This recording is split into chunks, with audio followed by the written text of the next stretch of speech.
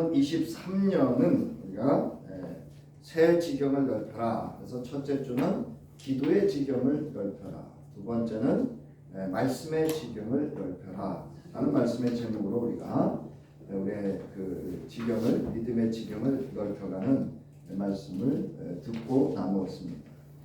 여러분 지경이라는 그 의미가 뭔지 아시죠? 지경은 땅을 이야기하지 않습니다. 제가 이제 새 지평을 넓혀라 이렇게 처음에 정했다가 뭔가 이렇게 좀 그래요. 그래서 성서를 찾아봤더니 내 지경을 넓혀라가 맞습니다. 지경은 뭐냐면 땅을 측정하면 이렇게 말뚝을 박습니다. 그 말뚝 받는 표를 지경, 지표 또는 지계 이렇게 부르는데 그것을 지경이다 이렇게 말합니다. 그래서 오늘은 세 번째 주로 믿음의 지경을 넓혀라 라는 말씀의 제목으로 이제 말씀을 살피면서 오늘의 소재는 믿음을 재정비하라 입니다.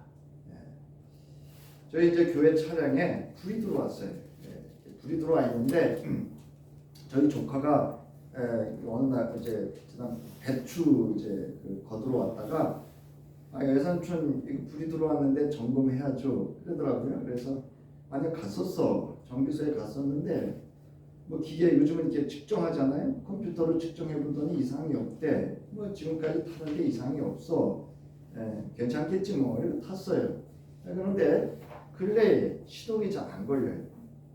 그래서 저기 이제 정비업소에 가서 이렇게 시동이 안 걸린다 이렇게 이야기를 했더니 이제 점검을 했나 봐요. 그래서 저희가 처음에 진단했던 거가 아니라 이제 엔진을 걸기 전에 그 엔진을 돌려주는 우리가 일명 세로모터라고 하는 게 이제 고장이 났고 또 그 세로모터와 연결된 어떤 그 호스가 터졌다고 이렇게 하면서 정비를 해줬어요.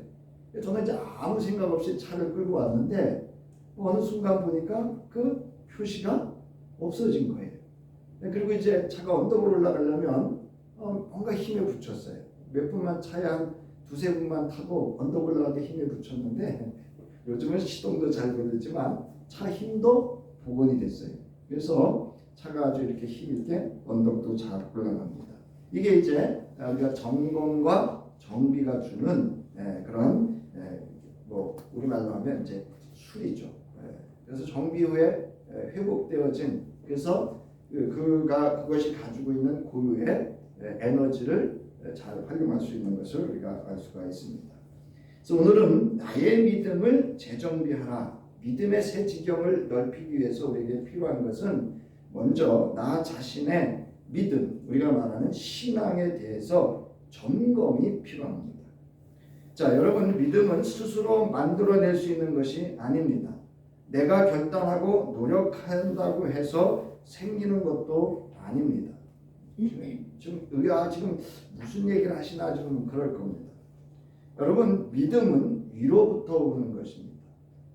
우리가 이제 이런 고백 많이 하잖아요. 내가 예수 믿은 줄 알았는데 돌이켜보니까 누가 나를 인도해 주셨다고요? 하나님이 나를 인도해 주셨고 나에게 예수가 그리스도로 고백되어질 수 있는 믿음도 누가 주신 거예요? 하나님이 주신 것을 깨닫게 되는 것을 우리가 되었던 것을 경험한 적이 있습니다.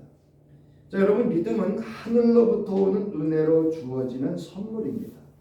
내게 이 은혜가 부어질 때 어느 순간 내 안에 믿어지는 믿음이 생기게 됩니다. 그러므로 믿음이란 나로부터 나에게 의해 생기는 것이 아니라 하나님으로부터 하나님에 의해서 주어지는 것이 우리가 말하는 믿음인 줄 믿으시기 바랍니다. 여러분 성경을 읽는다고 여러분 다 믿고 믿어지는 것이 아닙니다. 제가 가끔 말씀드리는데 제가 이제 만천교회에서 신앙생활할 때 사대 다니는 우리 교학교 선생님이 있었는데 이런 이야기를 종종 저한테 했어요. 만희 선생님 나는 다 믿어도 오병이어는 못 믿어. 안 믿어져. 과학교육과 다녔거든요. 뭐 안 믿어진다는데 제가 어떻게 해요? 근데 저는 그냥 믿어져요. 그때는 그게 사실로 믿어졌지만 이제 오늘날은 더 깊은 의미가 있음을 이제 깨닫고 또 믿고 있습니다. 자, 여러분, 다윗은 아버지 이새의 심부름을 블레셋과의 전쟁터에 참여한 세 형들을 위해서 아버지 심부름을 갑니다. 아버지가 준비한 것을 가지고 그 전쟁터에 갔더니 그 블레셋 장군이라고 하는 골리앗이 아주 거대한 그런 그 위협적인 그런 기계와 조롱과 위협적인 말을 하며 이제 이스라엘 군대와 또 이스라엘 왕을 향해서 이스라엘 백성들을 이제 위협하고 있었습니다. 이것이 무려 여러분 40일 동안 지속됩니다. 우리가 성경을 좀 자세히 볼 필요가 있는데요. 여러분 40일 동안 매일 아침 매일 이렇게 나와서 이렇게 위협하는 이 골리앗 장군 앞에 이제 이스라엘 백성들이요, 요즘 말로 다 이 기가 팍 죽고 쪼그라들었고 이제 40일을 그렇게 하니까 대열이 흩어지고 이제 도망을 가기 시작합니다. 이때 다윗이 그 골리앗을 향해서 자기가 도전을 하겠다. 내가 저를 싸워서 이기겠다. 이런 이야기를 합니다. 그래서 이 이야기가 큰형한테 들어갑니다. 이제 큰형이 그 엘리압인데요. 그 큰형이 이 이야기를 듣고 다윗을 불러서 아주 심히 노해서 노를 바랍니다. 그래서 내 교만과 내 마음의 완악함을 하노니 내가 전쟁을 뭐하러 왔다고요? 구경하러 왔다. 이렇게 이야기를 합니다. 내가 교만하고 아주 완악하고 네가 아주 아무것도 모르는 이런 아주 구경꾼처럼 와서 네가 지금 상황도 모르고 지금 이러고 있구나. 요즘 말로 말하면 네가 죽으려고 한장했구나. 그런 의미입니다. 자, 그리고 이제 이런 상황 속에서 또 이 사울 왕에게 이 소식이 들어갑니다. 그래서 사울 왕이 불러서 이렇게 얘기합니다. 네가 가서 저 블레셋 사람과 싸울 수 없으리니 너는 소녀고 그는 어려서부터 용사였기 때문에 너는 싸울 수가 없다. 이렇게 이야기합니다. 자, 그때 다윗을 만류하지만 다윗의 이런 행위는 누가 보아도 참으로 무모한 행위였지만 그러나 다윗에게는 여호와로부터 주어진 그의 믿음이 있었습니다. 자, 보세요. 사무엘상 17장 여기 보면 37절에 또 다윗이 이르되 여호와께서 나를 사자의 발톱과 곰의 발톱에서 건져내셨은즉 나를 이 블레셋 사람 손에서도 건져내시리이다. 사울이 다윗에게 이르되 가라 여호와께서 너와 함께 계시기를 원하노라. 그러나 다윗의 이러한 행위는 참으로 어리석고 무모한 믿음이었습니다. 그리고 행위입니다. 누가 봐도 아주 어떻게 보면 요즘 우리가 보면 과학적으로나 사회적으로나 전쟁 여러 상황으로 볼 때는 이건 아주 허무맹랑한 믿음에 아주 무모하게 그지없는 행위를 지금 시작하는 겁니다. 여러분, 참 믿음과 무모한 믿음의 차이는 무엇인가 하면 그 동기에서 결정이 됩니다. 세상에는 무모한 믿음을 따르는 이가 있습니다. 세상은 돈밖에 없어 라고 하며 돈만을 믿는 믿음, 치우친 이념을 믿고 따르는 믿음, 특정한 사람만을 믿고 추종하며 따르는 믿음, 속이는 자의 속음을 믿고 따르는 믿음, 성경을 믿는다 하지만 거짓 영에 미혹되어 거짓 교사나 거짓 그리스도를 따르는 등등의 믿음이 있습니다. 참으로 무모한 믿음입니다.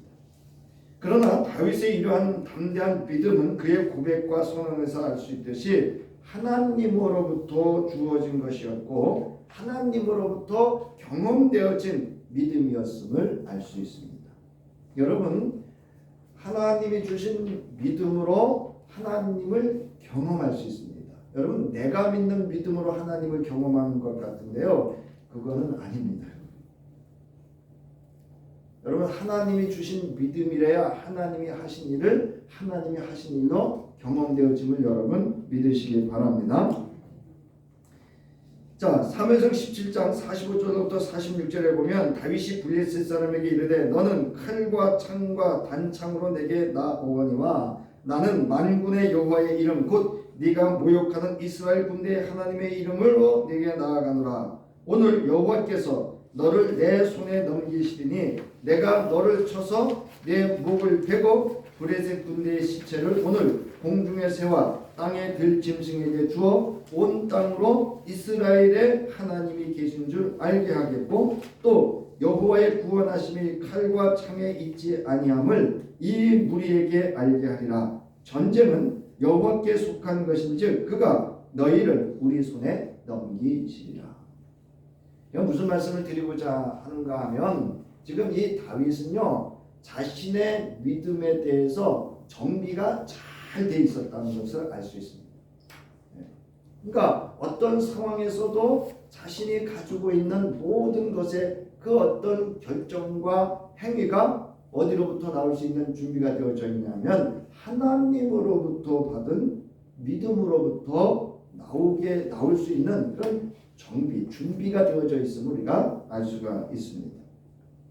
자, 우리는 믿음에 있어서 몇 가지 착각하는 경우가 있습니다. 먼저 지적 동의를 한다고 해서 믿음이 있다고 여겨지는 것입니다. 성경에 관한 많은 정보와 지식을 가지고 있다는 것 또는 설교를 듣고 이해된다는 것 신학이나 어떤 과정 등을 수료했다고 해서 믿음이 있는 것은 아닙니다. 여러분 우리 목사들 신학을 했죠. 그렇다고 여러분 성경을 다 하는 것도 아니고요. 그렇다고 그분이 믿음이 진실한 믿음이라는 것을 보장할 수 있는 건 아닙니다. 수년간 여러분 성경을 1년에 5독 읽고 필사를 하고 그렇다고 해서 그 믿음이 이런 진정한 하늘로부터 부여받은 믿음이라고 우리가 확신할 수 있는 것은 아닙니다. 자, 믿음을 가지려면 성경 지식을 가져야 하고 교리에 대하여 공부해야 하고 제자 훈련 등을 통해 지식이 쌓여야 믿음이 되고 믿음이 있다 할 수 없습니다. 물론 이러한 것들로 인해 믿음이 위로부터 부어질 수 있는 기회나 은총의 수단이 되어줄 수는 있어도 그 자체로 그의 믿음이 되는 것은 아닙니다. 즉 이런 것들을 수행하는 것이 믿음이 아니라 믿음으로 수행되어져야 합니다. 따라서 믿음은 개인의 지적으로 동의하는 차원에 머무르지 않습니다. 믿음은 지적으로 하는 것 그 이상입니다.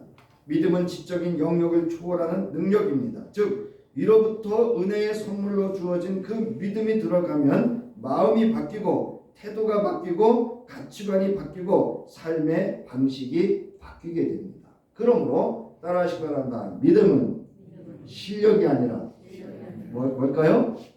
따라하세요. 능력이다. 네, 여러분 믿음은 실력이 아니라 능력입니다.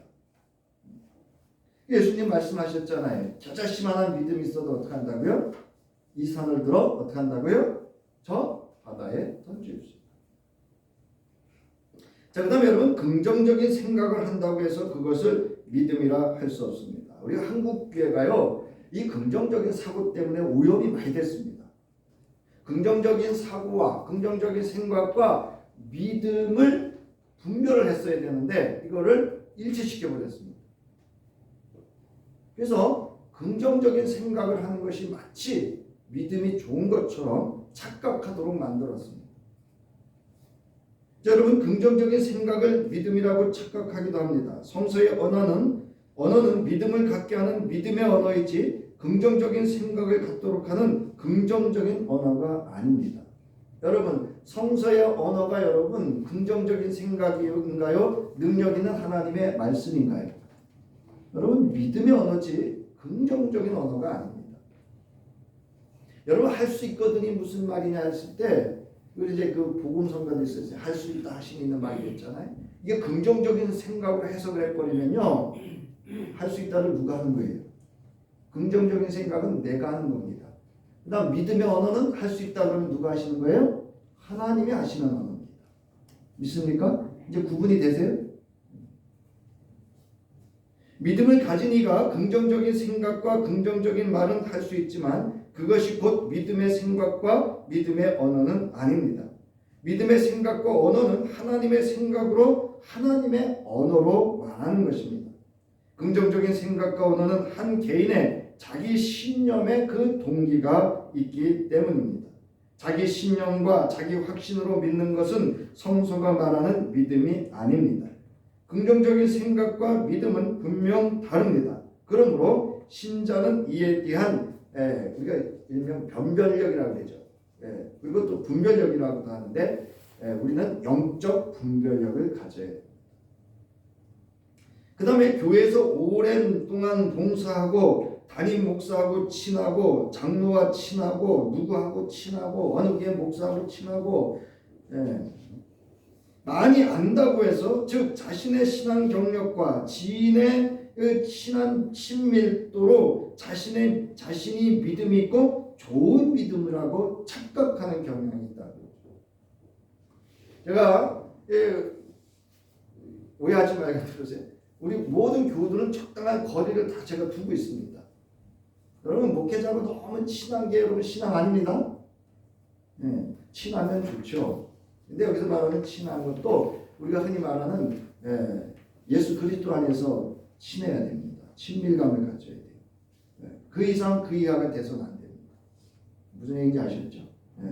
그래서 여러분 이것이 곧 목사하고 친하고 이게 곧 믿음은 아닐 수도 있다는 거죠. 자, 그 다음에 이전에 옛적에 기도원 다니고 기도하고 방언을 하고 꿈을 꾸고 무슨 직분을 받아 이런저런 봉사를 하며 신앙에 많은 경험이 있다고 해서 지금도 그 믿음이 있다라는 착각을 하기도 합니다.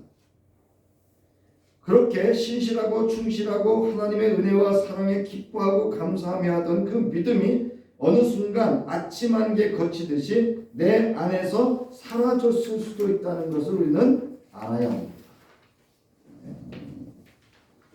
여러분 그 받은 은혜 다 어디 갔어요?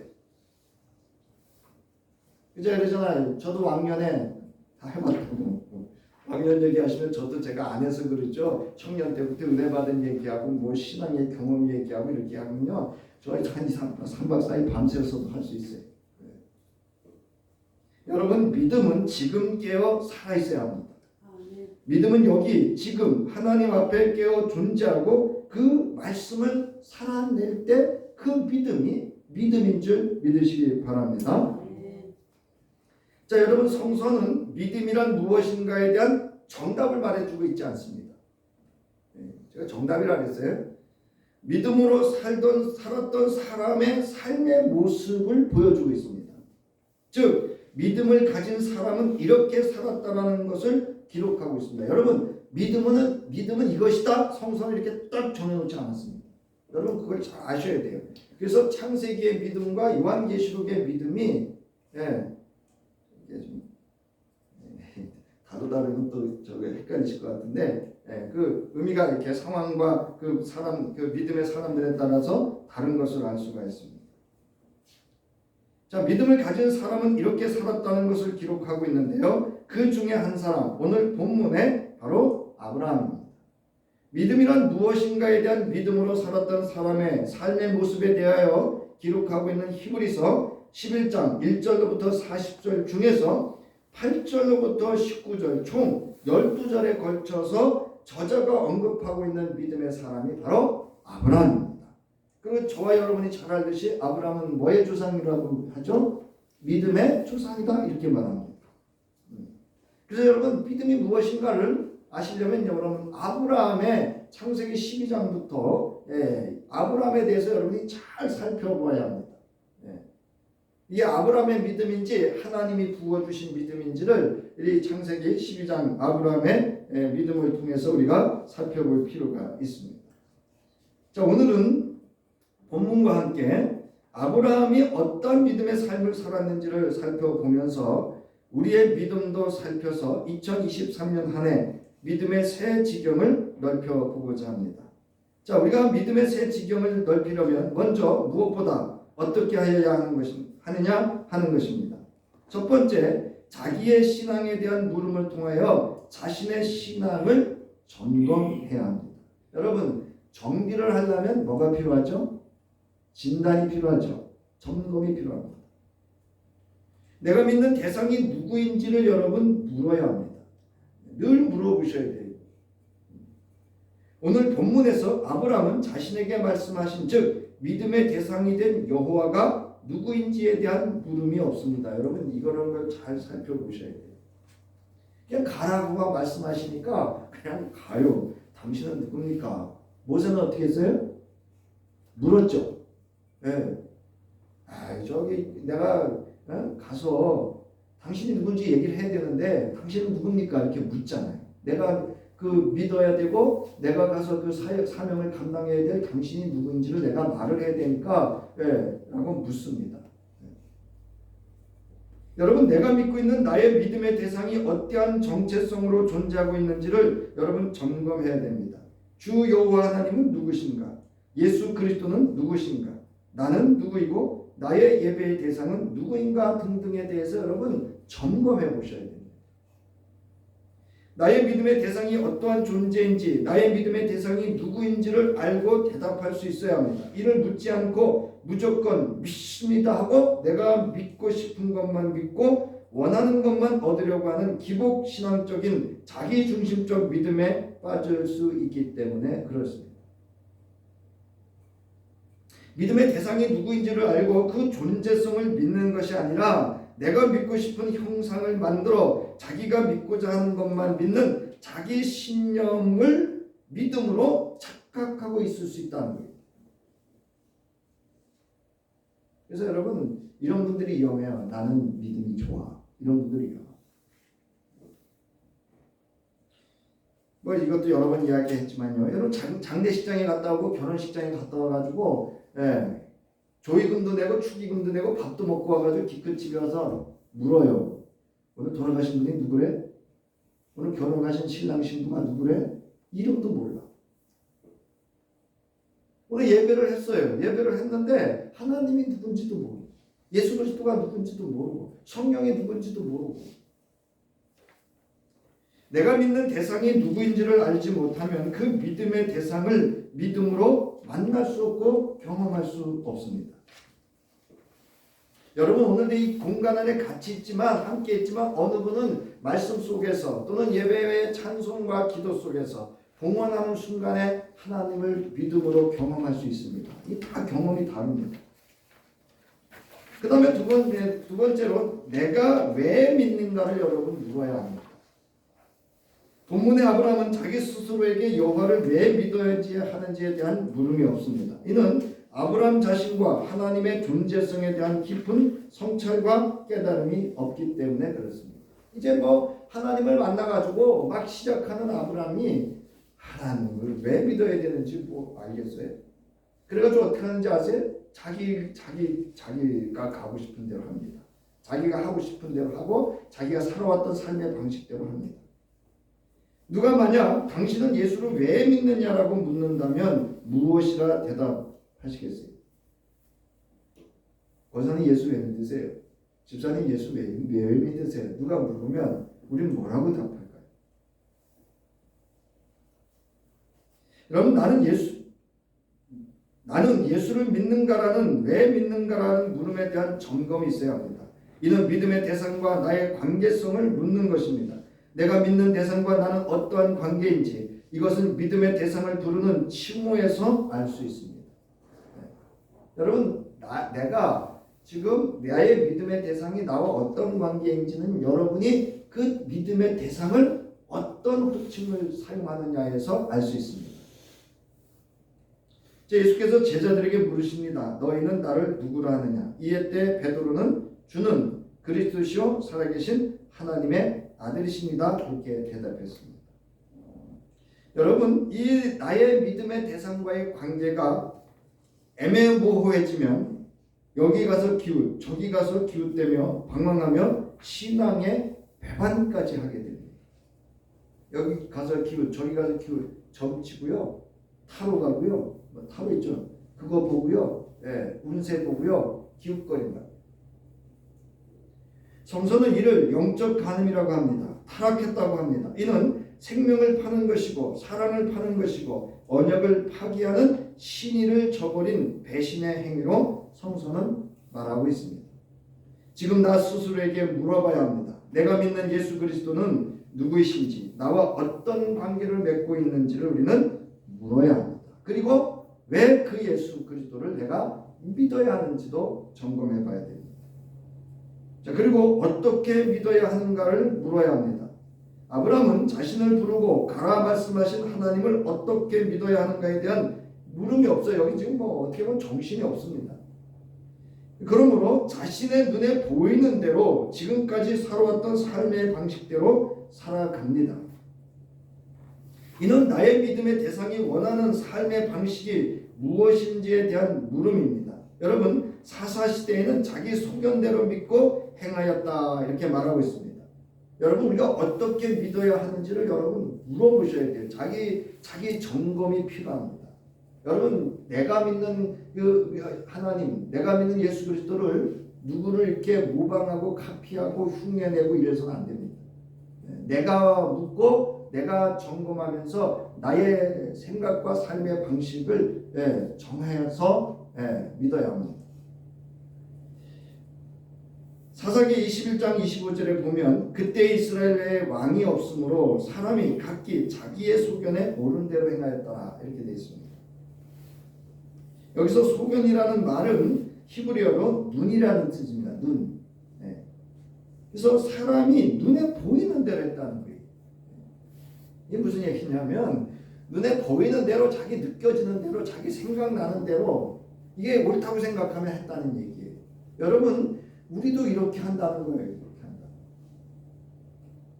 그래서 여러분, 우물안 개구리가 되면 안 되신다는 말을 그래서 목회도 마찬가지. 제가 서울에 가서 이렇게 공부하고 이러는 것도요.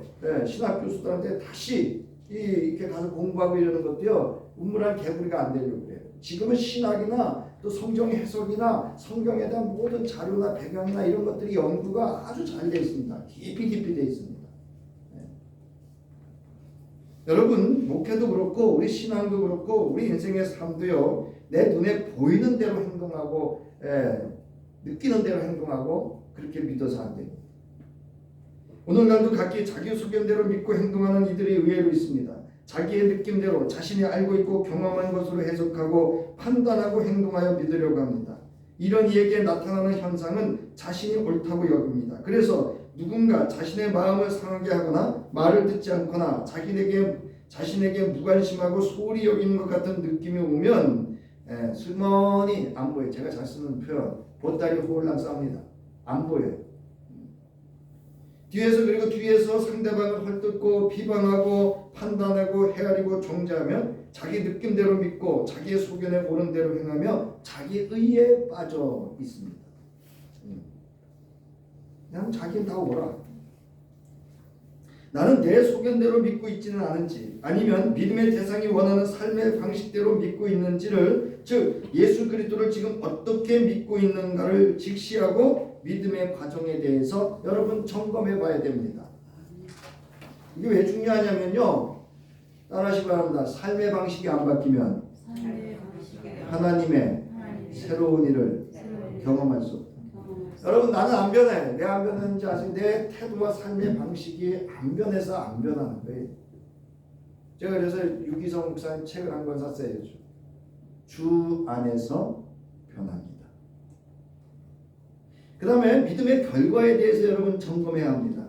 내가 믿음의 대상이 원하는 믿음과 삶의 방식으로 살았을 때 내가 누릴 수 있는 것은 무엇이고 내가 성취할 수 있는 것은 무엇인지 이 믿음이 나의 인격과 삶에 어떤 영향을 미치고 믿으며 어떤 변화가 있었는지 등에 대한 점검이 필요합니다. 즉 내가 믿는 믿음의 결과가 무엇인지에 대한 여러분 점검이 있어야 돼요. 여러분, 이 결과가 없으면 뭐가 없을까요? 감사가 없어요. 기쁨이 없어요. 풍성함이 없습니다. 아멘 하셔야 돼요. 관용이 없습니다. 내가 왜 예수를 전혀 믿으면서도 이렇게 작은 마음으로 작게 사는지는 이런 점검이 없어요. 믿음의 결과에 대한 점검이 없어요. 내가 믿는 믿음의 결과가 무엇인지에 대한 점검이 있어야 합니다. 이러한 자신의 믿음의 결과에 대한 물음과 점검이 없이는 오만방자하게 행할 수 있기 때문입니다. 이건 제 표현이 아닙니다. 잠언서 29장 18절에 묵시가 없는 백성은 방자히 행한다. 지혜자는 말합니다. 여기 묵시라는 건 여러분 계시입니다. 계시가 뭐죠? 하나님의 뜻이 드러내어진 말씀이나 사건을 일을 의미합니다. 여기 방자히 행하거나 율법을 지키는 자는 복이 있다. 이렇게 지혜자는 말합니다.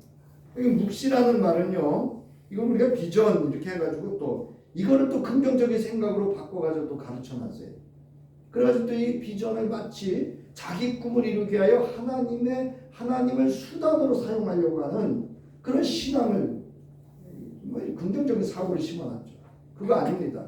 여러분, 이거는 환상을 통해서 하나님의 꿈을 실현하는 것을 말하고 있는 겁니다. 그래서 여러분, 신적 전달, 신탁, 예언, 즉 계시로 하나님께서 드러내시는 뜻을 이루는 것을 계시다, 묵시다 이렇게 말합니다. 여러분, 방자에 행하는 사람은 히브리어를 보면 내버려두다, 풀어놓다라는 의미로서 첫 번째로 이 방자라는 단어의 의미가 뭐냐면 묵시가 없으면 망한다, 훈육을 받지 못한다, 그 다음에 방자에 행한다. 그래서 방자에 행한다라는 말을 제가 사전을 찾아봤더니요, 사람이 그 언행이 어려워하거나 조심스러워하는 태도가 없이 무례하고 건방지다, 어리석은 자다, 이렇게 성경은 말하고 있습니다.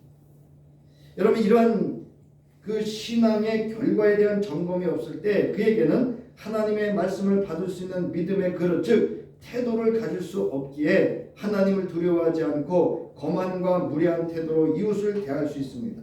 또한 자신의 삶에서 무슨 일을 만날 때 쉽게 그 믿음을 저버리거나 무기력함에 빠질 수 있습니다. 왜냐하면 그는 자신의 존재 목적을 알지 못하기 때문에 그렇습니다. 여러분, 다윗이 골리앗을 나갈 수 있었던 게 뭐였죠?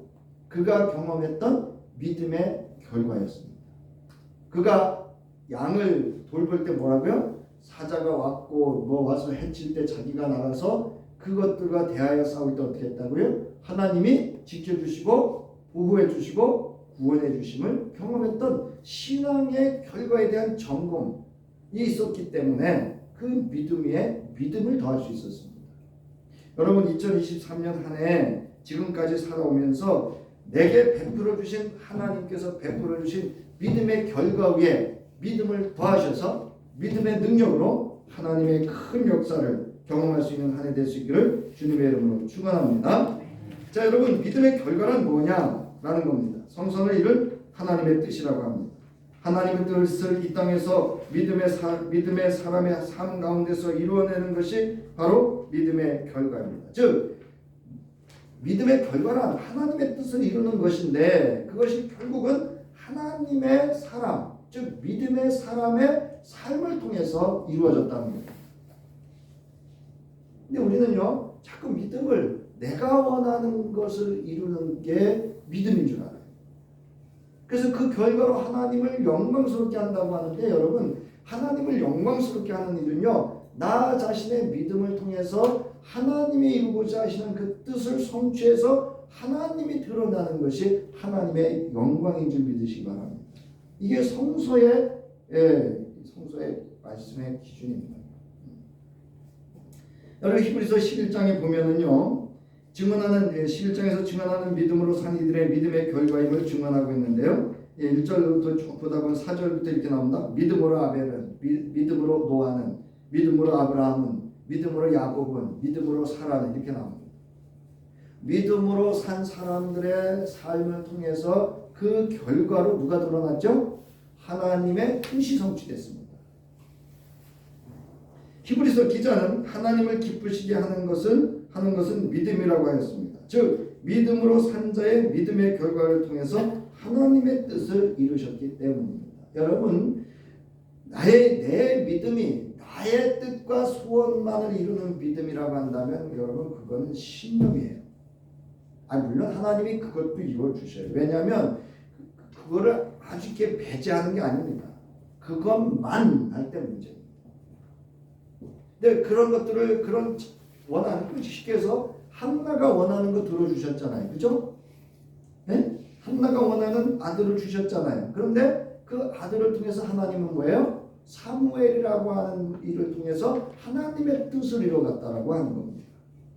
그러니까 내가 바라고 원하는 것의 결과를 통해서 누구의 일이 더 크게 드러나야 돼요? 하나님의 일이 더 크게 드러나는 믿음이 2023년 한 해에 저와 여러분의 믿음이 될 수 있기를 주님의 이름으로 축원합니다. 자, 히브리서 11장 6절 시작. 믿음이 없이는 하나님을 기쁘시게 하지 못하나니 하나님께 나아가는 자는 반드시 그가 계신 곳과 또한 그가 자기를 찾는 자들에게 상 주시는 이심을 믿어야 할 것입니다. 여러분, 하나님은 믿음으로 찾고 믿음으로 사는 자에게는 하나님이 기뻐하시고 하나님이 상 주심을 여러분 믿으시기 바랍니다. 2023년 한 해 여러분 믿음의 지경을 넓히시기 바랍니다. 그러기 위해 나의 믿음을 다시 정비해 보시기 바랍니다. 요 하나님께서 아브라함의 믿음을 지속적으로 여러분 재정비해 나가십니다. 이제 다음 주에는 어떻게 정비하는지를 제가 이제 말씀을 드릴 텐데요. 그것은 시험을 통해서입니다. 시험은 그 믿음의 그릇을 준비하는 과정으로 하나님은 아브라함의 믿음을 이렇게 키워가는 걸 볼 수가 있습니다. 이에 앞서 자신의 신앙을 점검하며 자신의 믿음의 그릇을 정결하게 하며 믿음의 지경을 넓혀가기 위한 하나님 정비, 준비하는 그런 믿음을 우리의 믿음을 가져야 합니다. 하나님 앞에 크게 쓰임 받기보다 하나님의 뜻을 이루기 위한 믿음이 이루기 위한 믿음이 여러분 쓰임 받기를 바랍니다. 무슨 이야기냐면 우리는 하나님 앞에서 큰 복을 받고 뭐 큰 걸 경험하고 뭐 이런 거를 원하는데 여러분 하나님은 뭐 없는 자에게는 역사 안 하셔요? 믿음이 없는 자에게는 역사 안 하셔요. 그러니까 뭐가 준비돼야 돼요? 믿음의 그릇이 준비되어져야 합니다.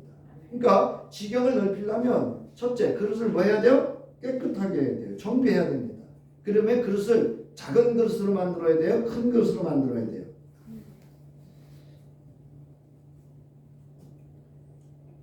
자, 로마서 12장 3절에 이렇게 말합니다. 내게 주신 은혜로 말미암아 너희 각 사람에게 말하노니 마땅히 생각할 그 이상의 생각을 품지 말고 오직 하나님께서 각 사람에게 나누어 주신 뭐대로 하나? 믿음의 분량대로 어떻게 생각하라? 지혜롭게 생각. 여러분 지혜라는 말은 하나님의 생각으로 생각하는 게 지혜입니다. 여러분 성서가 말하는 지혜예요. 자기가 이렇게 해서 이게 아니고 세상의 지혜는 자기가 알고 경험해서 깨달은 게 지혜지만 성서에서 말하는 지혜는요 하나님의 생각으로 생각하는 게 지혜입니다. 여러분 디모데후서 2장 19절부터 20절의 말씀 우리 함께 읽으면서 오늘 말씀을 마치도록 하겠습니다. 시작. 큰 집에는 금그릇과 은그릇뿐 아니라 나무 그릇과 질그릇도 있어 귀하게 쓰는 것도 있고 천하게 쓰는 것도 있나니 그러므로 누구든지 이런 것에서 자기를 깨끗하게 하면 귀히 쓰는 그릇이 되어 거룩하고 주인의 쓰심에 합당하며 모든 선한 일에 준비함이 되리라. 사랑하는 성도 여러분, 여러분의 믿음을 재정비하셔서 어떤 그릇이요? 깨끗하면 쓰임받습니다. 그래서 여러분의 믿음을 깨끗하게 하나님이 쓰일 수 있는 그런 그릇으로 준비할 수 있기를 주님의 이름으로 축원합니다. 이제는 우리로 하여금 믿는 자에게 큰 은혜를 베푸시고 하나님의 구원과 영광을 보이시고 하나님의 일과 그 뜻을 성취해 가시는 하나님의 무한하신 은혜와 그 사랑과 그 사랑을 이루시기 위하여 기꺼이 십자가에 죽어주시고 우리로 예수를 따라 믿음의 삶을 살아가며 하나님의 나라와 의를 실현할 수 있도록 동행해 주시는 우리 주 예수 그리스도의 구속의 은혜와 오늘도 우리를 스스로 살펴가며 하나님께서 성령의 도우심 가운데 우리의 믿음을 점검하고 정비하여 깨끗한 것으로 쓰임받을 수 있도록 도우시고 지혜가 되어주실 성령의 함께하심이 이제 2023년 그 믿음의 지경을 넓히며 자신의 신앙을 재정비하기를 결단하고 돌아가는 저희들 의회와 저들의 가정과 삶의 터전에 이제로부터 영원히 함께하시기를 간절히 축원하옵나이다. 아멘.